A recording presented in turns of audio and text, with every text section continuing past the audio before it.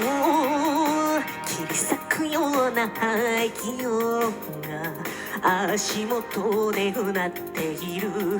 もうスピードで進む。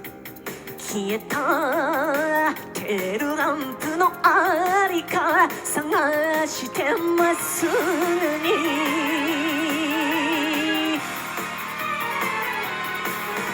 瓦礫の下に埋もれた弱虫の声はいくら耳すましても聞こえやしないさ。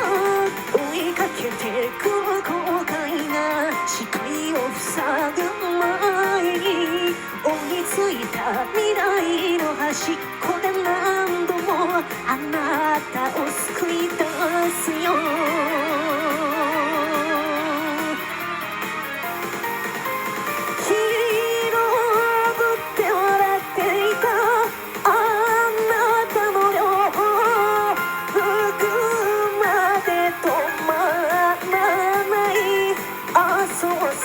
あの夜からあなたを迎えに来たんだ。なんとしくじろ